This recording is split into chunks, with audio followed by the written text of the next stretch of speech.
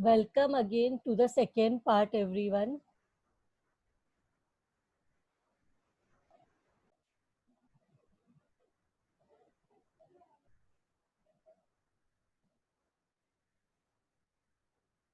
हाँ, सो यहाँ पे हम लोग इंटरेस्ट एक्रूड एंड ड्यू के बारे में देख रहे थे.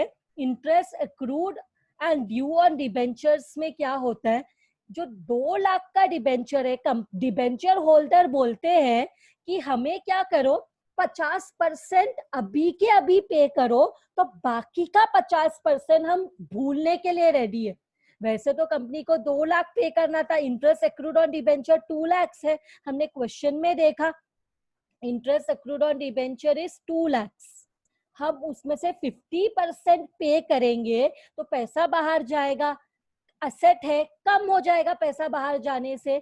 और बाकी का जो अमाउंट है, बाकी का जो 50% है, वो कंपनी का फायदा हो गया. क्योंकि डिबेंचर होल्डर्स ने क्या बोला कि 50% पे करो और बाकी का 50% मत पे करो. तो जो 50% पे नहीं किया,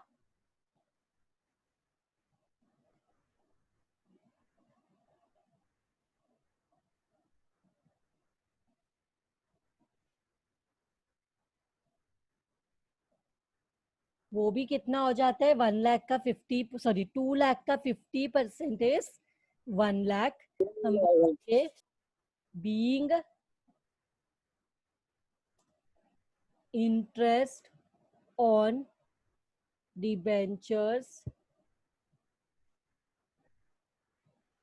interest accrued on debentures settled. पे कर दिया ना, इसको सेटल कर दिया, जितना पे करना है उतना पे किया और जितना नहीं पे करना है वो नहीं पे किया. अब फिफ्थ क्या है देखते हैं आगे, व्हाट दे हैव टोल्ड. अभी तक हमारा 3 एंट्री हुआ है. एक डिबेंचर होल्डर का, जिसमें क्या हुआ, 10% डिबेंचर होल्डर को कैंसल करके जो 20 lakhs का था, हमने नया डिबेंचर क्रिएट किया 11% का ₹14 lakhs के लिए. तो 20 लाख का चीज लाइबिलिटी था, पे करना था. अब हम नया लाइबिलिटी से 14 लाख का है, तो 6 लाख का हमें प्रॉफिट हो गया. अब हम लोग देखेंगे नेक्स्ट वाला entry, computer was to be written down by ₹40,000. computer was to be written down मतलब ये depreciation है क्या appreciation है? computer was to be written down, depreciation है, वेरी गुड, depreciation है. लेकिन कंप्यूटर का वैल्यू 40,000 से कम हो रहा है या कंप्यूटर का वैल्यू 40,000 हो रहा है? क्या समझ में आ रहा है? Computer was to be written down by 40,000, मतलब कंप्यूटर का वैल्यू कम हो रहा है. कितने से कम हो रहा है? 40,000 से कम हो रहा है. अगर यहाँ पे ऐसा होता ना, debenture computer was to be written down to ₹40,000, मतलब क्या होता कि कंप्यूटर का वैल्यू 40,000 हो चुका है. पर ऐसा तो नहीं है यहाँ पे. यहाँ पे क्या दिया है, computer was to be written down by 40,000. तो जरा देखो कंप्यूटर का वैल्यू कितना है, कम हो रहा है. हाँ कम हो रहा है. कंप्यूटर का वैल्यू है 6 लाख. कितना वैल्यू कम हो रहा है? 40,000 कम हो रहा है ना. तो नया वैल्यू हो जाएगा 5,60,000. तो यहाँ पे देखो एक और चीज, land and building and furniture to be appreciated by 10%. Appreciation का मीनिंग क्या है? वैल्यू ज्यादा होना या वैल्यू कम होना? एप्रिसिएशन, ज्यादा होना. एप्रिसिएशन मतलब वैल्यू ज्यादा होना. तो लैंड एंड बिल्डिंग और फर्नीचर दोनों का वैल्यू ज्यादा हो रहा है 10% से. जरा देखो लैंड एंड बिल्डिंग जो है वो कितने का है? 12,20,000 का है. 10% मतलब 1,22,000 वैल्यू ज्यादा होगा. 12,20,000 का 10% निकालो, 12,20,000 का 1,22,000. एग्जैक्टली. और फर्नीचर का 10% कितना होगा? 40,000. Yes ma'am. यस, 10% निकालना इजी होता है. और एक चीज देखो, 10 हटाना. हाँ यस एग्जैक्टली. और एक चीज चीज देखो, stock to be appreciated by 60,000, stock का वैल्यू कितने से बढ़ रहा है? 60,000. यस, तो ये ऊपर का एक वैल्यू कम है, बाकी ये 5th पॉइंट और 6th पॉइंट दोनों में वैल्यू क्या हो रहा है? ज्यादा हो रहा है बढ़ ना? रहा है. हाँ, तो हम ये एंट्रीज को रीड करके फिर एक साथ टैकल करेंगे। नेक्स्ट वाला देखो, fictitious asset and debit balance of P&L account to be written off. Written of का मीनिंग होता है कैंसल्ड। रिटर्न ऑफ का मीनिंग क्या होता है? कैंसल्ड। Cancel. तो यहाँ पे हम क्या करेंगे, फिक्टिशियस असेट्स को और debit balance of P&L account जो क्वेश्चन में दिया हुआ है, दोनों को राइट ऑफ करेंगे, कैंसल करेंगे। राइट ऑफ करेंगे, पहले देखो फिक्टिशियस असेट, असेट साइड में ही देखना पड़ेगा। ये land and building fictitious asset है क्या?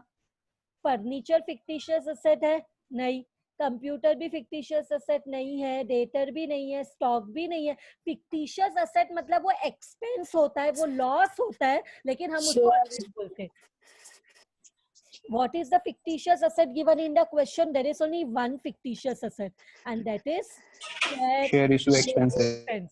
ये दोनों को कैंसिल करने बोला है। दोनों असेट है, दोनों असेट है, कैंसिल करेंगे तो असेट को डेबिट बैलेंस होता है, कैंसिल करते कम करते असेट कम होता है, डिक्रीज होता है, तो उसको क्रेडिट करते बराबर, ये दोनों क्रेडिट होगा।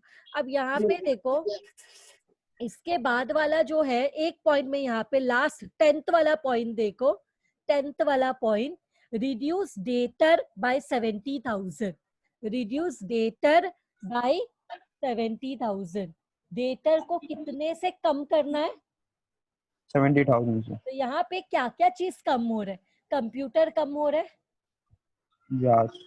और उसके बाद ये fictitious asset, debit And debit balance of balance P&L also. Account, वो Yes. भी कम हो रहा है क्योंकि उसको कैंसिल करेंगे तो कम हो जाएगा। और Yes, एक ma'am. चीज कम हो रहा है, डेटर। और एक कौन सा चीज कम हो रहा है? Date. डेटर। तो मुझे बताओ, Debtors. ये सब असेट्स कम होगा तो कंपनी को प्रॉफिट है या लॉस है? असेट कम होना प्रॉफिट है या लॉस है?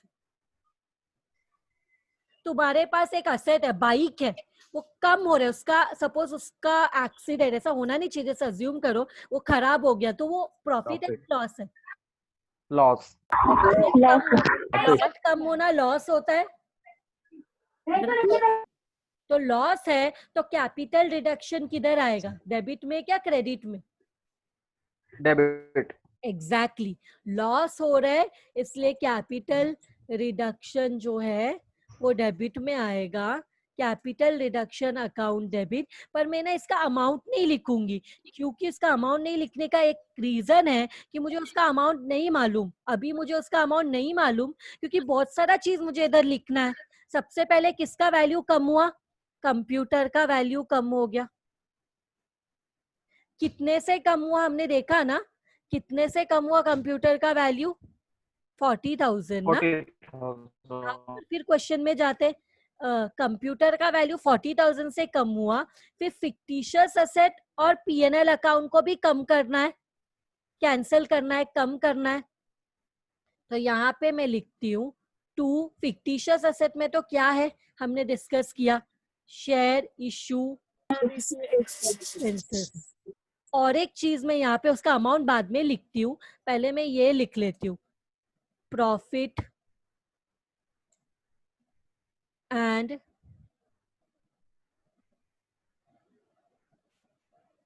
लॉस अकाउंट, ब्रैकेट में मैंने लिखा डेबिट। अब ये दोनों का अमाउंट नहीं मालूम, क्वेश्चन में देखना पड़ेगा ना अमाउंट क्या है। तो देखो दोनों का, एक का 40,000 है और एक का 14 लाख है। P&L अकाउंट 14 लाख है और शेयर इशू एक्सपेंस है 40,000। तो मैंने यहाँ पे लिखा 40,000 और यहाँ पे लिखा 14 लाख। अब एक और चीज कम हो रहा है, लास्ट पॉइंट देखो, एक और चीज क्वेश्चन में कम हो रहा है। Debtors. डेटर्स कितने से कम हो रहे हैं? 70,000 से कम हो रहे हैं। 70,000. तो यहाँ पे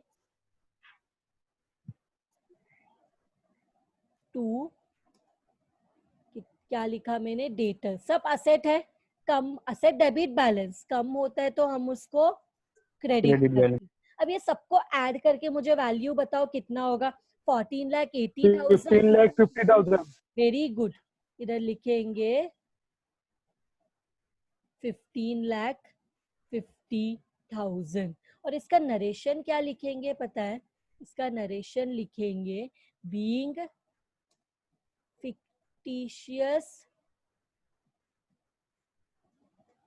assets, fictitious का स्पेलिंग रॉन्ग हो गया, being fictitious assets and losses written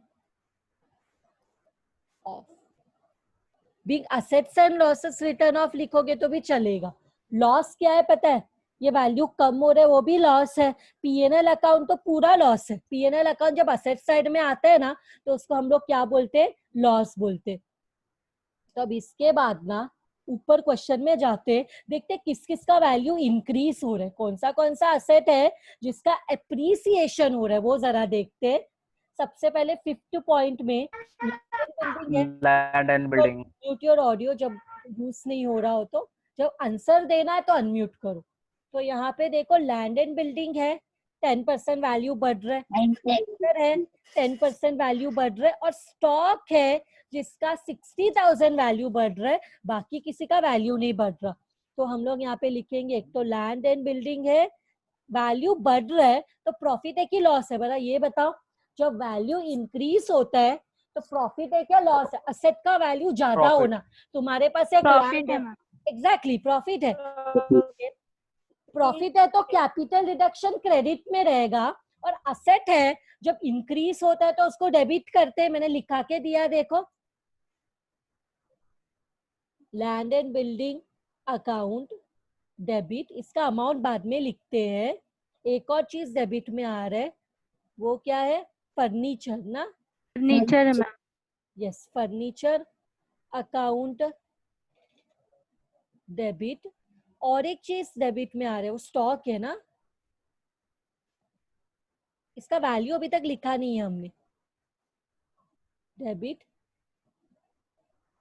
to capital reduction account, जरा वैल्यूज लिख लेते हैं ना तीनों का। इसका स्टॉक का वैल्यू तो मुझे शायद पता है, स्टॉक का वैल्यू कितना, 70,000 दिया है क्या, एक मिनट ऊपर देखते हैं तभी हम लोग को समझ में आएगा। स्टॉक का वैल्यू 70,000 से ज्यादा हो रहा है शायद, हाँ स्टॉक सॉरी 60,000 है। स्टॉक का वैल्यू देखो इधर दिया है, stock to be appreciated by 60,000। तो यहाँ पे स्टॉक का तो रॉन्ग वैल्यू लिख लिया मैंने, यहाँ पे लिखेंगे स्टॉक का वैल्यू है 60,000। और जरा 10% निकालो लैंड एंड बिल्डिंग का। एक लैंड एंड बिल्डिंग का 12,20,000 का 10% है 1,22,000, और फर्नीचर 4 लाख का 10% है, एक जीरो कम करो 4 लाख में से, 40,000 ना, 40,000। यस। तो यहाँ पे लिखेंगे 40,000 और यहाँ पे लिखेंगे 1,22,000। अब जरा क्रेडिट साइड वाला अमाउंट बताओ, ये सबको ऐड करो, ये हो जाएगा 2,22,000। 2,22,000। Yes very good, 2,22,000। ये इधर क्या नरेशन बोलेंगे, being asset, value of asset appreciated लिख लेते, वैल्यू ऑफ असेट्स एप्रिशिएटेड, ये भी हो गया। तो अब ऊपर जाते, अब देखते क्या एंट्रीज बच गया है। सबसे पहले तो अभी यहाँ पे ये कंप्यूटर का पॉइंट हो गया, लैंड एंड बिल्डिंग का हो गया, स्टॉक हो गया। अब 8th वाला पॉइंट बाकी है और 9th वाला पॉइंट बाकी है, दो ही एंट्रीज बाकी है।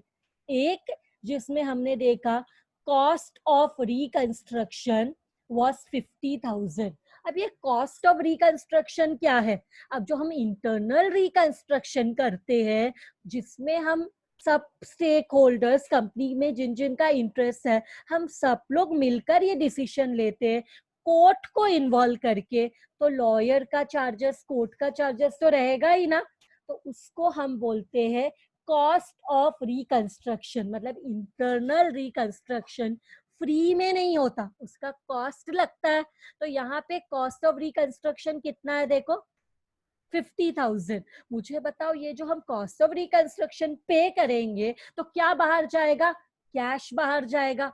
और ये Cash. प्रॉफिट है क्या लॉस है, लॉस है मैम। Loss. लॉस है। तो Loss लॉस है। है तो कैपिटल रिडक्शन डेबिट हो जाएगा, debit all expenses and losses, capital reduction account debit. तो यहाँ पे लिखेंगे कितने का लॉस हो गया, 50,000 का। और यहाँ पे लिखेंगे टू, क्या बाहर जा रहे लॉस होते वक्त हमने क्या पे किया, cash. Cash bank account. Yes, तुम लोग सिर्फ बैंक लिखोगे तो भी चलेगा। इसको नरेशन बोलेंगे, बीइंग कॉस्ट ऑफ रिकंस्ट्रक्शन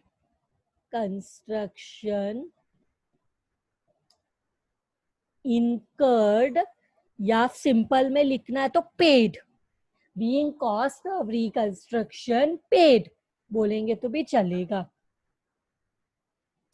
इसके बाद जरा क्वेश्चन में एक ही पॉइंट बाकी है ना, ये पॉइंट जरा सा थोड़ा सा इसको अच्छे से समझना पड़ेगा। 75% ऑफ द क्रेडिटर्स, कितना परसेंट, 75% ऑफ द क्रेडिटर्स। पहले तो देखते क्रेडिटर्स कितना है। Let us see the value of creditors. Creditors है 8 लाख का। क्रेडिटर्स कितने का है, 8 लाख का। तो यहाँ पे जरा हम व्हाइट शीट में जाते, क्रेडिटर्स है व्हाइट बोर्ड में, क्रेडिटर्स कितने का जरा देखो, क्रेडिटर्स है 8 लाख का। सिखाई दे रहा ना तुम लोग को, क्रेडिटर्स है 8 लाख का। और 75% of the creditors agreed to forgo their claims by 10%। तो यहाँ पे हम लोग वर्किंग में जाते हैं, जरा क्या बोलते हैं कि जो क्रेडिटर्स है कितने का है, क्रेडिटर्स है 8 लाख का। Let me go to the white book and show you. ये दिखाई दे रहा है, क्रेडिटर जो है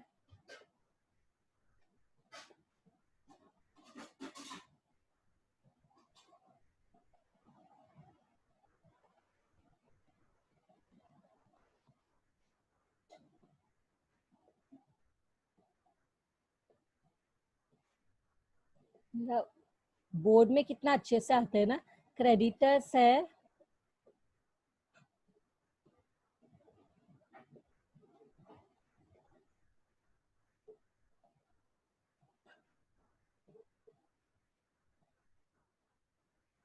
8 लाख का। इसका 75% निकालो, 75% निकालो, इसका कितना होता है,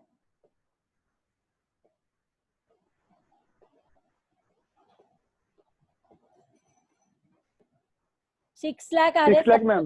6 lakhs मैम। 75% ऑफ ना, मेरा इसमें आदत नहीं है ना, आंसर आ रहा है 6 लाख। ये 6 लाख में, ये 6 लाख के जो क्रेडिटर्स है, इस पे कितने लोग रेडी है अपना क्लेम भूलने के लिए, ये 6 लाख क्रेडिटर्स का 10%, इसका 10% जरा निकालो, ये 6 लाख का 6 लाख। 60,000. यस, वेरी गुड, 60,000 है। क्या किया ना। हाँ, तो ये 10% उसका है 60,000। तो ये हमें चाहिए, ये 60,000 के जो क्रेडिटर्स है ना, ये लोग बोलते हैं कि हमें पैसा मत दो। ये 60,000 के क्रेडिटर्स बोलते हैं कि हमें पैसा मत दो। तो ये प्रॉफिट है क्या लॉस है? ये 60,000 का प्रॉफिट। Profit. प्रॉफिट है। एग्जैक्टली तो ये जो तुम लोग अभी कुछ नहीं दिखाई दे रहा होगा ना। Yes, नहीं। ma'am. Yes ma'am. हाँ, तो ये जो 60,000 के क्रेडिटर्स है वो लोग अपना क्लेम भूलने के लिए रेडी है। तो ये पूरा क्वेश्चन में ना 8 लाख इम्पोर्टेंट है जो टोटल क्रेडिटर्स है, ना 6 लाख इम्पोर्टेंट है जो 75% ऑफ द क्रेडिटर्स है, पर इम्पोर्टेंट है वो 75% का 10%, that is 60,000 who agreed to forgo their claims by 10%। मतलब जो 75% क्रेडिटर्स है ना, टोटल क्रेडिटर्स है 8 लाख के, उसमें से जो 75% है मतलब 6 लाख के क्रेडिटर्स, वो लोग बोलते हैं कि हम तुमको 10% का डिस्काउंट देने के लिए रेडी है। पूरा 8 लाख के क्रेडिटर डिस्काउंट नहीं दे रहे, 8 लाख का 75% जो कि कितना है 6 लाख। 6 लाख के क्रेडिटर्स बोलते हैं कि हम तुमको 10% का डिस्काउंट देते हैं, हम तुमको 10% का डिस्काउंट देते हैं। समझ में आया तुम लोग को? 75 टोटल क्रेडिटर्स है 8 लाख, जिसका 75 Yes, ma'am. 6 लाख। वो 6 लाख के क्रेडिटर्स बोलते हैं कि हम तुमको 10% का डिस्काउंट दे रहे। अब मुझे तुम लोग बताओ ये प्रॉफिट है कि लॉस है? तुमने ऑलरेडी बता दिया प्रॉफिट है करके। प्रॉफिट है। यस तो Yeah, it's profit. हाँ, तो एक बात बताओ मुझे, प्रॉफिट है तो क्या होगा?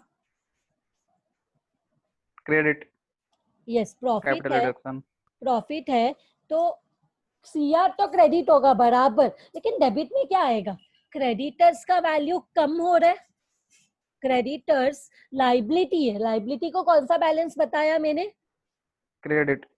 हाँ, लेकिन अभी कम होगा क्रेडिटर्स तो क्या करेंगे? Debit. Debit. हाँ, तो क्रेडिटर्स अकाउंट डेबिट कितने से कम हो रहा है? 60,000. 60,000 से। और ये क्या हो रहा है कंपनी के लिए? Profit. टू कैपिटल रिडक्शन, यहाँ पे लिखेंगे 60,000 being creditors agreed to forgo their claims। यहाँ पे लिख सकते हैं कितना percent? being 75% of creditors agreed to forgo their 10%। इतना नहीं लिखना है तो भी चलेगा, सिर्फ डायरेक्टली लिखो being creditors agreed to forgo their claims. यहाँ पे थोड़ा डिटेल में बताया मैंने, being 75% of the creditors agreed to forgo their 10% claim. ये भी हो गया। अभी है ना, इसके साथ सारे एंट्रीज तो खत्म हो गए, लेकिन एक एंट्री अभी भी बाकी है। वो एंट्री है कैपिटल रिजर्व का एंट्री, वो एंट्री है कैपिटल रिजर्व का। उसके लिए हम क्या करेंगे पता है? हम लोग है ना शॉर्ट में कैपिटल रिडक्शन अकाउंट बनाएंगे। क्या, कौन सा अकाउंट बनाएंगे? कैपिटल रिडक्शन अकाउंट शॉर्ट में बना देते हैं। कैपिटल रिडक्शन अकाउंट में यहाँ पे रहेगा पर्टिकुलर्स रुपीस, पर्टिकुलर्स रुपीस। और अब हम लोग एक एक जर्नल एंट्री में जाके देखेंगे कि कैपिटल रिडक्शन कौन से साइड में आया, डेबिट साइड में आया या क्रेडिट साइड में। तो सबसे पहले एंट्री में जाते हैं। पहले एंट्री में कैपिटल रिडक्शन किधर आया? क्रेडिट में आया ना। कितने अमाउंट के लिए? पहले 80,000। यहाँ पे लिखेंगे, क्रेडिट साइड में लिखेंगे बाई, ये किसका वैल्यू कम हो गया था? 10%। हम लोग है ना Preference share. कैपिटल रिडक्शन, एक Preference चीज ध्यान में रखो, कैपिटल रिडक्शन अकाउंट में हम कैपिटल रिडक्शन नहीं लिख सकते। प्रेफरेंस शेयर कैपिटल कितना इधर लिखेंगे? 80,000। इसके बाद फिर से ऊपर जाओ, सेकेंड एंट्री में जाओ। सेकेंड एंट्री में अगेन कैपिटल रिडक्शन किधर है? Credit side. और ऑपोजिट में इक्विटी शेयर कैपिटल है। ऑपोजिट मतलब क्या? क्रेडिट का ऑपोजिट डेबिट। डेबिट में इक्विटी शेयर का नाम है। तो कितना अमाउंट है? 8 लाख। तो अगेन क्रेडिट में जाओ, क्रेडिट साइड में जाके लिखो बाय इक्विटी शेयर कैपिटल। कितना अमाउंट देखा हमने? 8 लाख ना? हाँ. Yes, ma'am. Yes.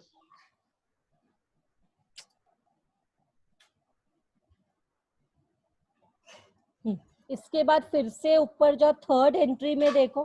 Third entry में किधर कैपिटल रिडक्शन है? अगेन है, अगेन क्रेडिट साइड में ही है। 6 lakh.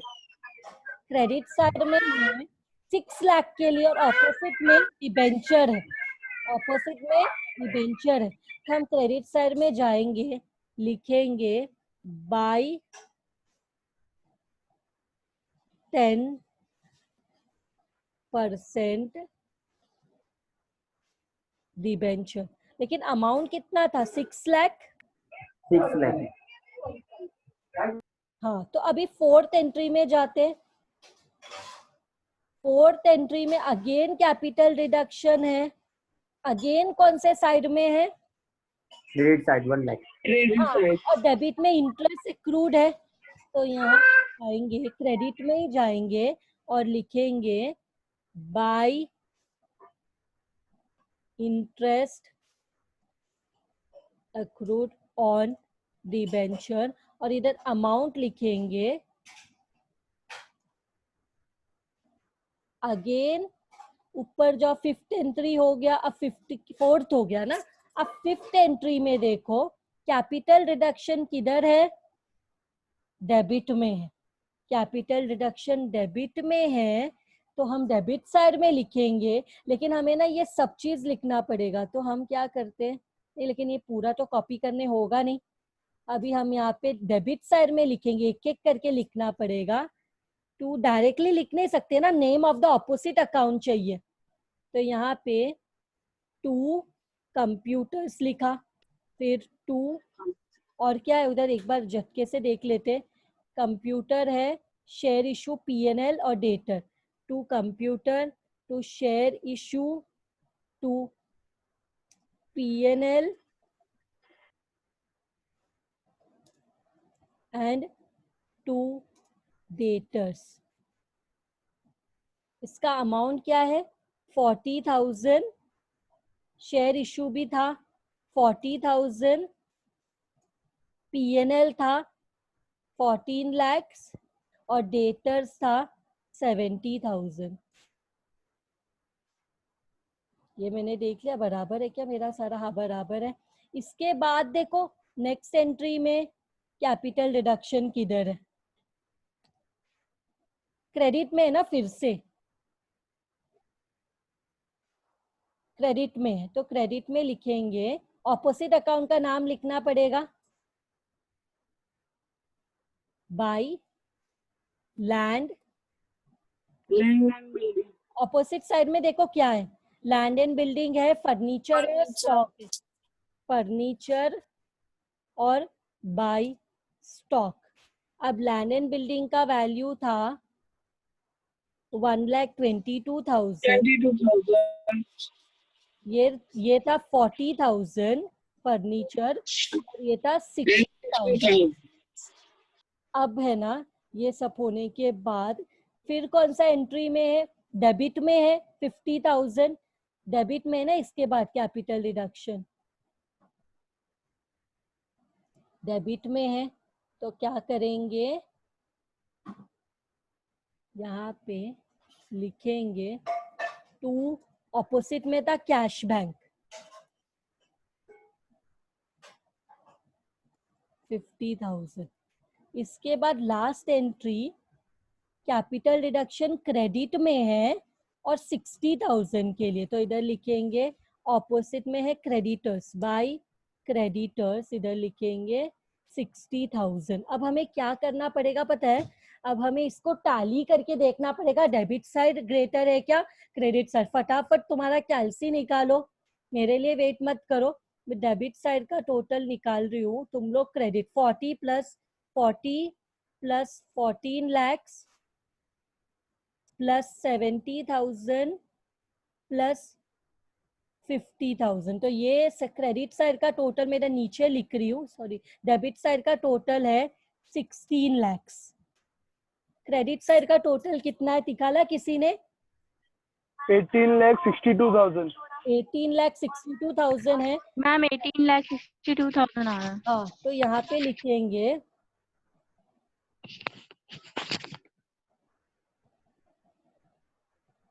18,62,000।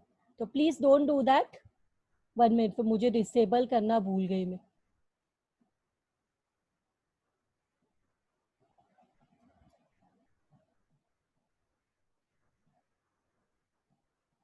$18,62,000। तो यहाँ पे जो 16 लाख है ना, तो 18 डेबिट साइड का टोटल है 16 लाख, तो माइनस करो कितना आता है, बैलेंस कितना आता है, क्रेडिट साइड का टोटल ज्यादा है, बैलेंस आता है 2,62,000। इसको बोलेंगे, ये कैपिटल रिडक्शन में जब भी बैलेंस आता है ना, वो होता है कैपिटल रिजर्व। 2,62,000। Yes, balance. तो ये जो है इसका एक ही एंट्री आएगा, वो एंट्री क्या है, कैपिटल रिजर्व का एंट्री है, ये कैपिटल रिडक्शन के डेबिट साइड में, और कैपिटल रिजर्व लाइबिलिटी है, ये मैंने इसका एंट्री तुम लोगों को समझाया भी था। तो एंट्री है कैपिटल रिडक्शन अकाउंट डेबिट, कितना आया 2,62,000 टू कौन सा रिजर्व है ये, कैपिटल रिजर्व।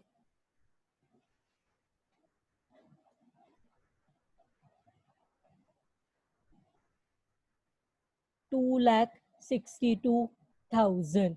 तो इसके साथ अब I am sharing, stopping the share, and 1 minute I will come to your